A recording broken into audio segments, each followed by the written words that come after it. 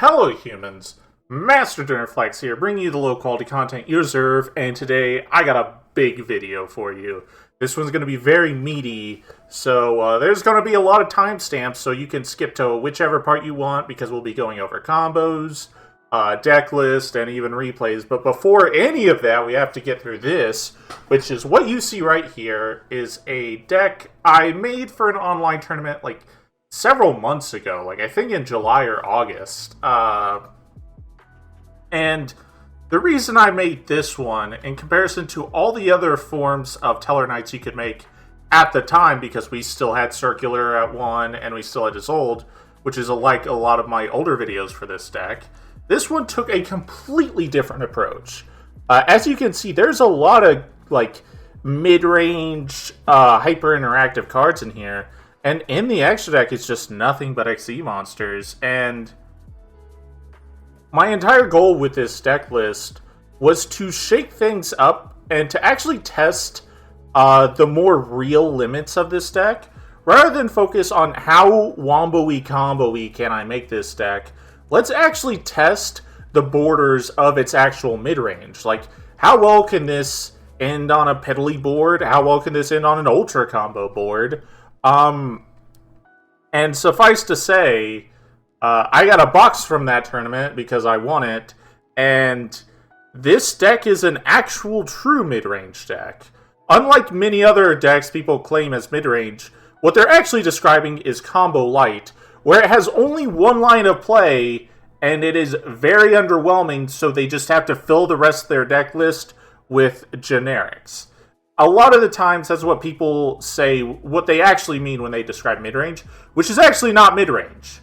Because mid-range implies that you can play to a multiple levels of, like interaction and gameplay. Like, you can combo, you can control, you can, like, mix up in between, but most of those decks have exactly one line of play, and if they can't do that one thing, they lose. So they just fill the rest of their deck with generics to hopefully get them there. That's like your Centurion or Trickstar or like the old Tri-Zoo. They didn't have another win condition. It was their only win condition. But this deck can go from ending on a few XEs to locking your opponent out of the game, and it's a pseudo FTK. It is that extreme, and you can, like, hand trap your opponent to oblivion. Like, this is a true mid-range deck. And the way I built this one specifically, because I was just accepting, here's 15 XE monsters, I played Fenrir with the Rise Heart, because that XE restriction just wouldn't matter, and I can have a Fenrir get me a level 4, rather than just, like, make another copy of itself for later. Who cares about later? I could just be way more aggressive. So this is like the identity of the deck, and obviously after I was done I made a lot of changes, but I never, like, showed this deck off, and I think that was kind of a mistake, because this deck I actually think sets a greater precedent for how you should play and approach this deck. Obviously I made some changes. Like, this Utopia package was really cool because Titanic Galaxy gets an attack boost each time an XE is destroyed.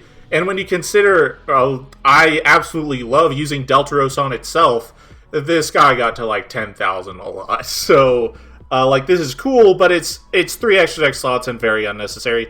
Even Infinity, which the reason I like Infinity is because it's good going first or second. It's 2 extra deck slots. I wanted to be far more efficient with this extra deck.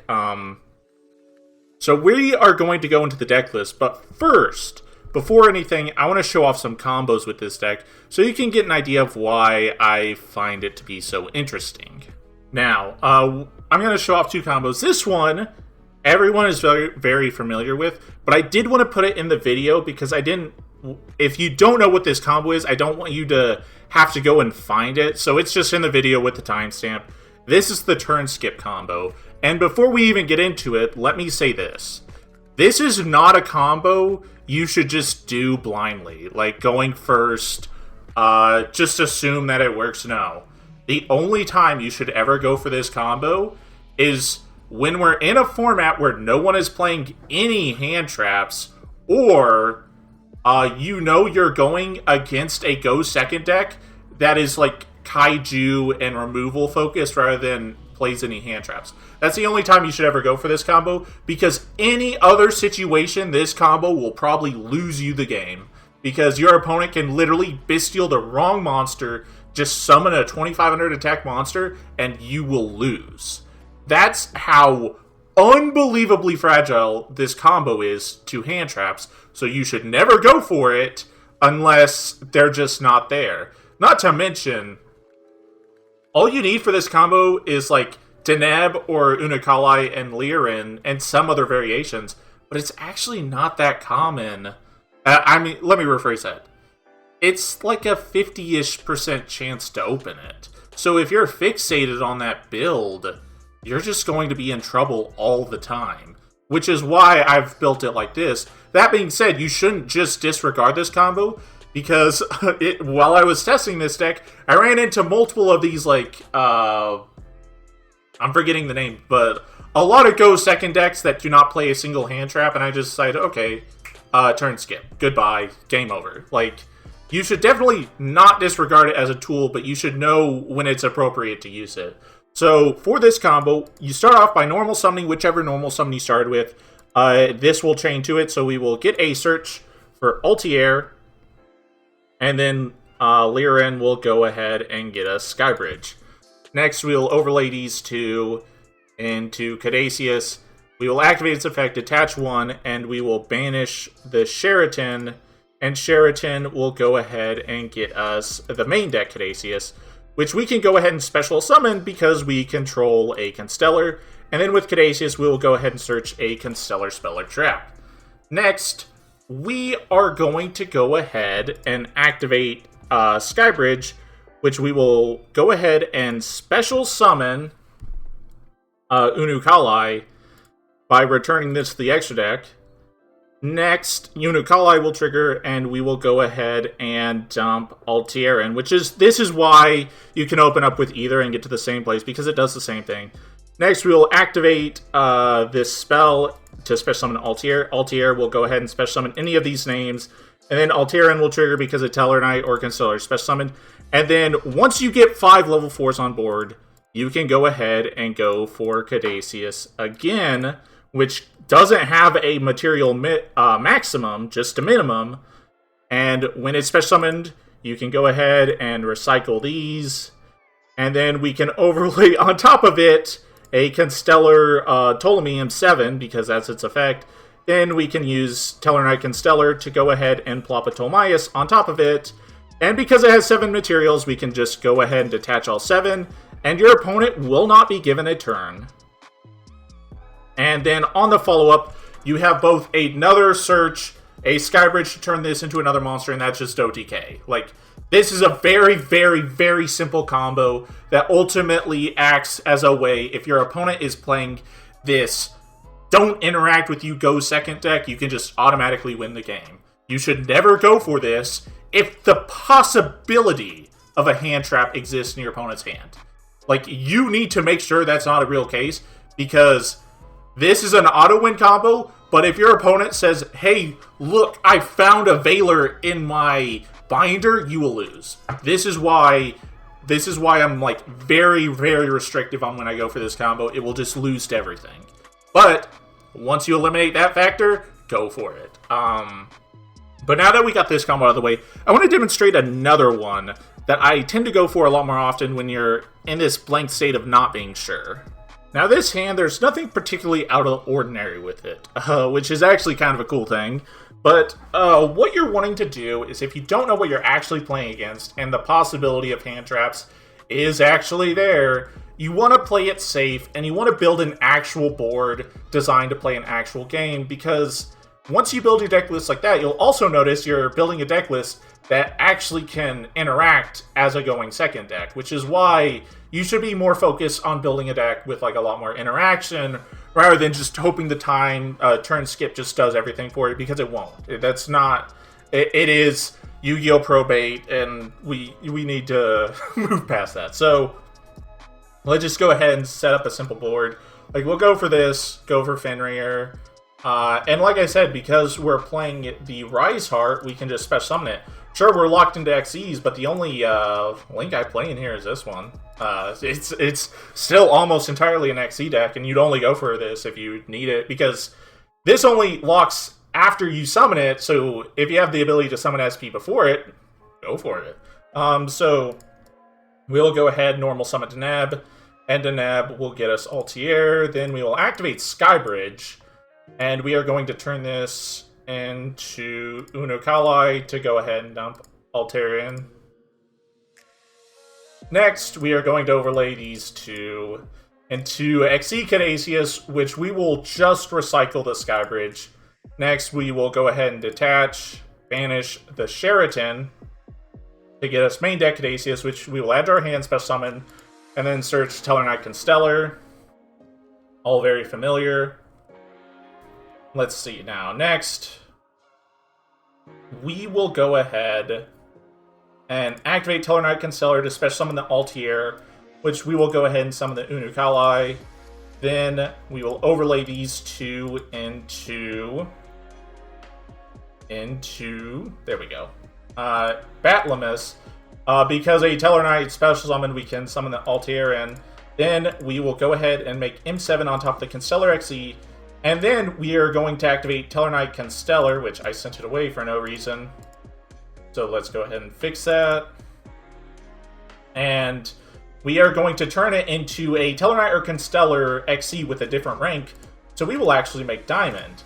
Then we will overlay these two into Tomias. And during the end phase, it will go ahead and attach any Tellarknight from our extra deck. I'll just attach the Deltaros. And then, because at end phase we have all this, which I'm also going to set this just in case, we can make Durandal. Now, what is this board? So the Fenrir obviously has this effect, you're familiar with that. Durandal is a very interesting, I want to say negate, but what it does is it changes any normal spell, normal trap, or monster effect on the field into MST. We have a target to turn it into MST. But in addition, its other effect is it can quick effect shuffle everyone's hand into the deck and draw that many number of cards. Both of these are actually very valid disruptions. The pseudo-negate can protect your board against evenly and like talents. And the other one, I'll show you a really cool interaction in a moment. But these two are what I like the most. Because Batlamus, while it's on the field, its only effect right now is that all monsters on the field are dark. But Diamond's effect is much bigger. So while it's face up on the field and has materials, your opponent cannot dump card. Neither player can dump cards from the deck to the graveyard, and any card recycled from the graveyard to your hand is banished instead. Then, in addition to that, it is an unlimited amount of times per turn. Detach a material, negate a dark monster's effect, and destroy it. So that's cool, but when you consider the fact that every monster on the board is going to be dark, it is just 3 Solemn Strikes. And while it has the ability to still be Solemn Strike, it's a Floodgate, which is pretty powerful. So you have 3 Solemn Strikes here, a Pseudo Spell Trap Negate here, and then a Fenrir right here, and then you have Skybridge, so when you use everything else and they're still playing, you can turn a used diamond back into whichever Tellarknight you might want, let's say Deneb. Shuffle this back. Deneb will get a search, then Altarian will come back. You will get an Altier for next turn, or you could even go for Lyran next turn. And then this will trigger, and it will target cards on the field up to the number of light or dark XZ monsters you control and destroy them, so you get 2 pops. So, you get 3 Solemn Strikes, a Pseudo Omni Negate, a Fenrir Bounce, and 2 pops, which is really strong. But this is not the thing I wanted to show you, because this is cool, but this card I have set is Droll and Lockbird. This card is... people are very familiar with this card. Once you activate it, it can't be activated in the draw phase, but when your opponent adds a card from their deck to their hand, except by drawing it outside of the draw phase, you can discard it for the rest of the turn. Neither player can add cards from their deck to their hand, period. So, Durandal has the effect when you can attach a material to shuffle both players' hands into the deck, then they draw that many number of cards. These are both quick effects. You might know where this is going. Let's say our opponent's first play is to activate a Rhoda of some kind. Let's say they activated that $10 billion bonfire everyone loves. They go ahead, they search their fire monster. We will go ahead, at resolution, activate Durandal. We are going to shuffle both players' hands. But then, in that same response window to the resolution of bonfire, we are going to activate Troll, and at resolution, we shuffle both of our hands in the deck. No one draws a card, because Troll says we can't. So you just perform a 6-card hand loop on your opponent. That is another interaction this situation can call for, considering the fact that you are just playing Troll. Yeah, this is another thing I always like to keep in mind. This is another way you can just not let your opponent play the game with this deck, which is really, really funny. I'm not gonna lie. But now that we got these combos out of the way, let's get into the deck list, shall we? So for the deck list, we're just going to zoom by the Tellarknights and Constellars real quick. 3 Lyran, 2 Deneb, 2 Altier, 2 Unukalai, 1 Vega, 1 Sirius, 1 Alteran, 2 Sheraton, and 1 Caduceus. Now you do not need to max out on the Denebs and Unukalais. Like I said, you're not actually that fixated on the Turnskip combo. It just loses to everything. Should only ever go for it if you know your opponent has never heard of a hand trap before. Otherwise, you should never even attempt it. It is a very bad idea. That being said, this is a lineup I would go for because, like, Lyran, the reason you want enough names is because Lyran is only an extender if you can normal summon one of the 2 decks. So it really doesn't matter what that normal summon is. It could even be Altier, and it'll work just fine. Sirius, I think you can switch it out for a few other things, but I do like its effect where it just basically makes your deck infinite. Like, you can't run out of resources while this guy's in your deck list, and that's why I like it a lot. Then, that's about it from that. Sheraton, you only need 1 for that combo, and it kind of sucks as a starter because it loses to every hand trap because it's a level 3 and a level 4 deck. And to even make it a level 4, you have to play into Troll. Like, it has a lot of issues, but it is still, like, fairly powerful. And I also wanted to try Twinkle, and you don't really get the opportunity to do that unless you play more than 1 Sheraton. Then we got Sakitama. It's the best extender, level 4 extender, because even if you have to dodge something with Skybridge, this normal summons itself, so the special summon restriction doesn't matter, so that's cool. Fenrir is also a really nice level 4 extender, despite how weird that sounds, because it just searches a Rise Heart and is Fenrir. So that's pretty cool. Then we got 3 Troll, 3 Ash, 3 Constellar Tellarknight, play 3 of this. It's not a debatable discussion.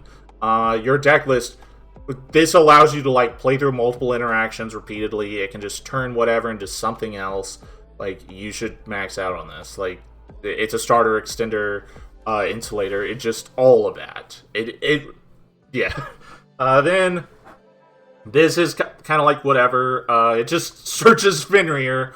The only point I would give it, besides it's just Rhoda for Fenrir, is the fact that your big monsters are not actually big in comparison to modern Yu-Gi-Oh! Like, Diamond is one of the largest XEs in your deck list, and it's only 27.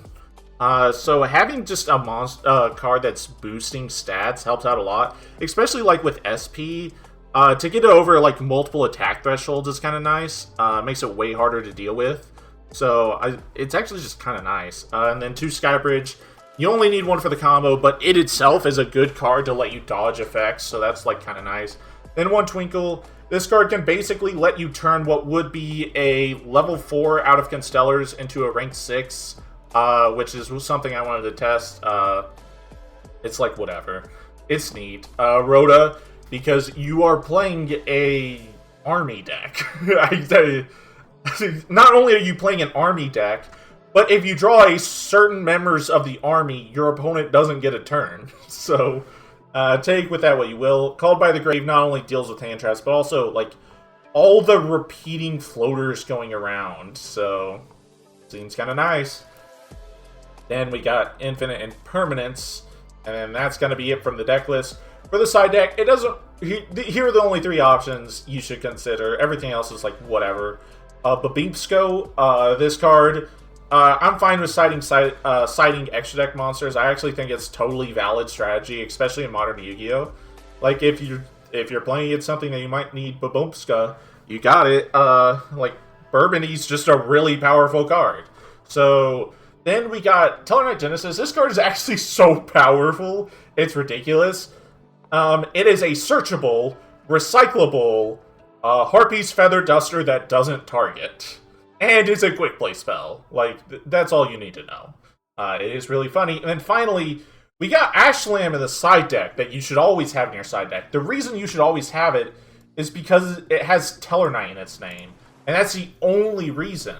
This is absolutely the only reason Ashlam is in your side deck. It has nothing to do with the fact that it has a burn effect and a deck with a bunch of attack restrictions that might get handed over by time rules. It's only because it has Tellarknight in its name and nothing else. So play one of this because it's a Tellarknight. Then for the extra deck, we got 2 Caduceus. You need to. The second one tries to always put back the first one because, again, it creates a similar situation with Sirius where your deck is indefinite. But, yeah, this is really powerful. Recycling 2 cards is kind of wild, by the way. 2 Tolmaias, 2 Deltaros, 1 Deltaros, 1 Trevor. Trevor is really nice. Normally I didn't play it because you were like special summoning so many non-Tellarknight cards, but like going second, it comes up quite a bit because you can set up situations where its bounce effect is chain blocked. And when you do that, that's just so brutal, and I love it. And then you can like put a diamond on top after. Then we got Batlamus, Diamond, M7, Pallades, Durandal, Zeus, Lars, which is what I wanted to try and test out with the Twinkle, because you can just make a rank 6. I was testing a bunch of different rank 6s. Is it necessary? No, but I wanted to test it out. And then finally, another XE I wanted to test is Light Dragon at Ignister. So, some things were coming up that are the reason I wanted to try it. So, in a lot of grind games, there was a situation coming up where I could make plays and I could keep my resources going, but I couldn't get rid of my opponent's resources while gaining my own, which is a problem. So having the ability to just make a rank 4 that says, pop the card is like really handy. It's a non-targeting monster destruction based on the number of ad Ignisters you control, and considering that this is one of them, you just get a free non-targeting pop. By detaching material, but more importantly, something that I noticed, if a monster you control would be destroyed by card effect, monster or monsters, you can detach 1 material from this card instead, which is really handy, which is a really handy of an effect when a deck like Fire Kings exists. So you can just do whatever you want with that, so I thought that was really interesting. And then finally, SP, or as I like to call her, Benjamin Franklin. So, now that we got the deck list out of the way, I think I've explained everything I need to. There's like some parts you could optimize or just shuffle around, like Lars, Twinkle, maybe don't need this or this. Like, there's some things you might be able to optimize. But in general, I think this is kind of the deck list you want to go for. So, like, Circular got banned and Isolde got banned, and it turns out I wasn't playing either of those cards already, so it didn't matter. I think this proper mid-range identity will work better for you, and I think it's funny because it's an actual mid-range deck, not just one of those like combo light piddle decks. It actually can play to both extremes, which is really nice. But that's gonna be it for me. Thank you all for watching. I got some replays at the end for you to watch. But outside of that, I think this is good to go. I would try it. It's actually pretty fun. But that's going to be it for me. Thank you all for watching. And remember, Master Nerflex will take your soul.